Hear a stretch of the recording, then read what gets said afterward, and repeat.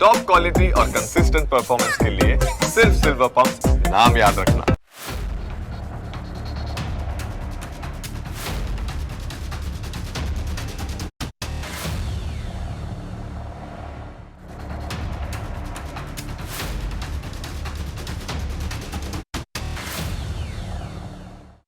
Russian રાષ્ટ્રપતિ Vladimir Putin હાલમાં જ 2 દિવસની ભારત યાત્રાએ હતા. ઘણા ખરા મુદ્દે એમની ચર્ચા પણ થઈ હતી. દરેક વ્યક્તિએ પોતાના ચશ્માથી પુતિનની ભારત યાત્રાને જોઈ. અમે તમને વાત કરી હતી કે ટ્રમ્પને તો પસ્તાવો થઈ જ ગયો. પાકિસ્તાનનું ટેન્શન વધી ગયું. પાકિસ્તાનનું ટેન્શન વધવાનું એક કારણ એક કરાર છે. ભારત અને રશિયાએ આ કરાર કર્યો છે. આ કરારથી સુરક્ષાની સ્થિતિ સાવ બદલાઈ જશે.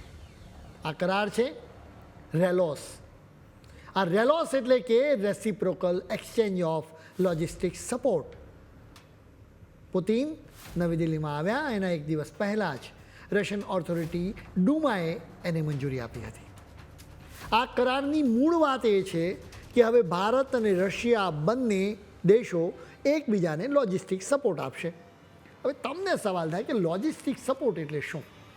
સરળ ભાષામાં જો અમે તમને સમજાવીએ તો તમે કોઈ માલસામાન એમેઝોન કે ફ્લિપકાર્ટ પર ઓર્ડર કરો.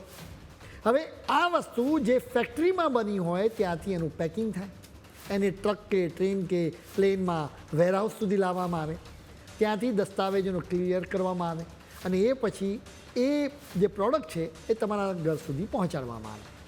એને લોજિસ્ટિક્સ કહેવાય. હવે ભારત અને રશિયાએ લોજિસ્ટિક્સમાં એકબીજાને સપોર્ટ આપવા માટે કરાર કર્યો છે. એટલે કે એકબીજાના બેઝ કે પોર્ટનો ઉપયોગ કરવાની વાત કરી છે. માત્ર વેપાર નહીં પરંતુ સુરક્ષાની પણ વાત છે. એટલે કે બંને દેશો એકબીજાના મિલિટરી બેઝનો પણ ઉપયોગ કરી શકશે. હવે આ કરારનું મહત્ત્વ સમજવા માટે અમે ઓપરેશન સિંદૂરના કેટલાક તમને દ્રશ્યો બતાવીશું. એ સમયે ભારતના ફાઇટર જેટના ગડગડાટથી આકાશ ગુંજી ઉઠ્યો હતો. બ્રહ્મોસ મિસાઇલ જ નહીં પરંતુ પાકિસ્તાન પર જાણે કે કાળ ત્રાટક્યો હતો. એરબેઝ પર ગોબે ગોબા પડ્યા હતા. એક એરબેઝ પર હુમલો કરતાં જ સ્થિતિ સાવ બદલાઈ ગઈ. આ એરબેઝ હતો નૂર ખાન, જ્યાં ભારતની શક્તિશાળી બ્રહ્મોસ ત્રાટકતા અમેરિકામાં બેસેલા ટ્રમ્પ પણ ધ્રુજી ગયા હતા. તેમણે કદાચ અસીમ મુનીને કોલ કર્યો હશે કે મહેરબાની કરીને આ રોકો. નૂર ખાનમાં અમારા હથિયારો છે. ઓપરેશન સિંદૂર પછી અમેરિકાના નિષ્ણાતો એક ખાસ પ્લેન લઈને પાકિસ્તાન પણ ગયા હતા. કદાચ કેટલું નુકસાન થયું છે એ જોવા માટે આવ્યા હશે. જેના પછી જ પાકિસ્તાન ઘૂંટણીએ પડ્યું. ભારતને કોલ કરીને યુદ્ધ રોકવા આજીજી કરવા લાગ્યું. એટલે જ ભારતે પોતાના બ્રહ્માસ્ત્રને અટકાવ્યા હતા. હવે કદાચ તમને સવાલ થાય કે ઓપરેશન સિંદૂર અને રેલોસ કરાર વચ્ચે સંબંધ શું છે? મૂળ વાત એ છે કે આ ગઠબંધનનો યુગ છે. એકલા લડવાના દિવસો પૂરા થયા ભાઈ. ભારતે જોયું છે કે પાકિસ્તાનની પડખે અમેરિકા ઊભું છે, એટલે ભારતને પણ મજબૂત પાર્ટનરની જરૂર પડે છે. તમે જ કહો કે રશિયાથી વધુ સારો પાર્ટનર કયો દેશ હોઈ શકે? અત્યારે આખી દુનિયામાં સૌથી વધુ પરમાણુ હથિયારો રશિયાની પાસે જ છે. ભારતે એની સાથે રેલોસ કરાર કરીને પાર્ટનરશિપને મજબૂત બનાવી છે. સરળ ભાષામાં કહીએ તો કહેવાના દિવસો પૂરા થઈ ગયા કે આ મારું અને આ તારું. હવે તો બધું જ સહિયારું થઈ ગયું. હવે ભારત અને રશિયાની સેનાઓ એકબીજાના મિલિટરી બેઝ, પોર્ટ અને એરફિલ્ડનો ઉપયોગ કરી શકશે. જો ભારતની સેનાનું વિમાન કે યુદ્ધ જહાજ રશિયા પહોંચશે તો ત્યાં એ ફ્યુઅલ ભરાવી શકશે.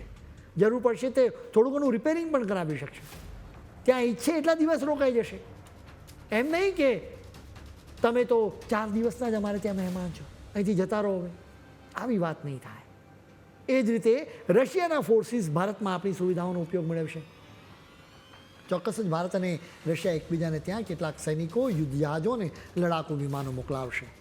એના માટેની આખી પ્રક્રિયા નક્કી કરવામાં આવે છે. સાથે મળીને યુદ્ધ અભ્યાસ પણ કરવામાં આવશે.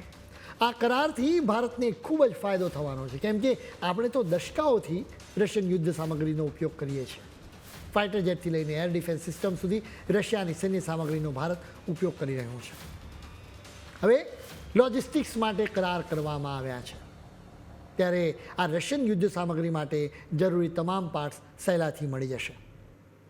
રેલોસથી ભારતને ખૂબ જ ફાયદો છે, જેનાથી ભારતની નેવીને છેક આર્કટિક પ્રદેશ સુધી પહોંચવાની જરૂર રહેશે, જ્યાં અત્યારે તો ભારતની કોઈ હાજરી જ નથી.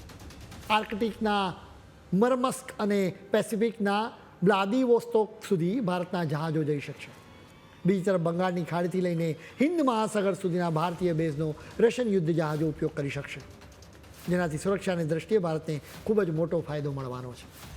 બંગાળની ખાડીથી લઈને હિન્દ મહાસાગર સુધી ભારતે સૌથી મોટું જોખમ ચીનથી જ રહેલું છે. રશિયા તો આપણું મિત્ર છે. એવામાં હવે રશિયાના યુદ્ધ જહાજો પણ ત્યાં આટાફેરા મારશે.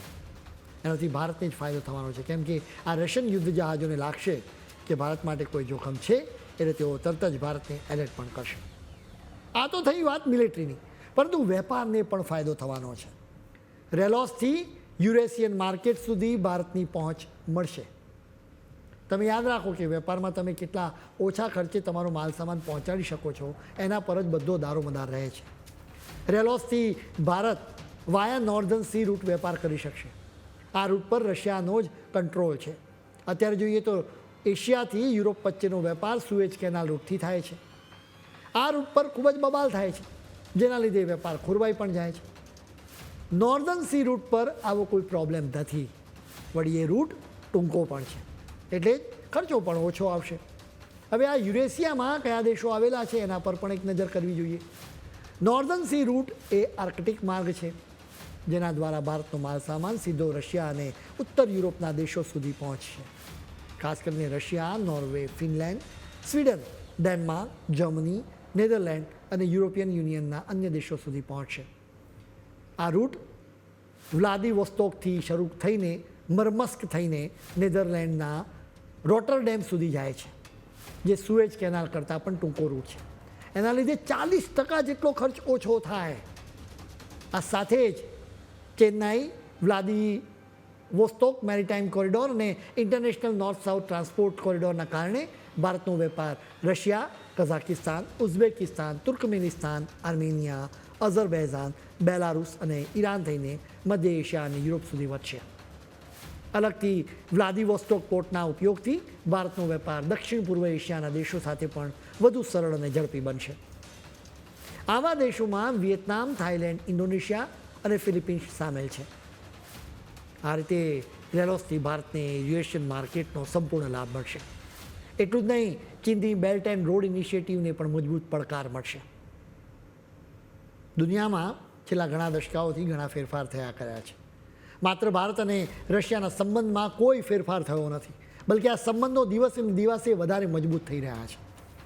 હવે રેલોસથી પાકિસ્તાન અને અમેરિકાનું ટેન્શન વધી ગયું છે.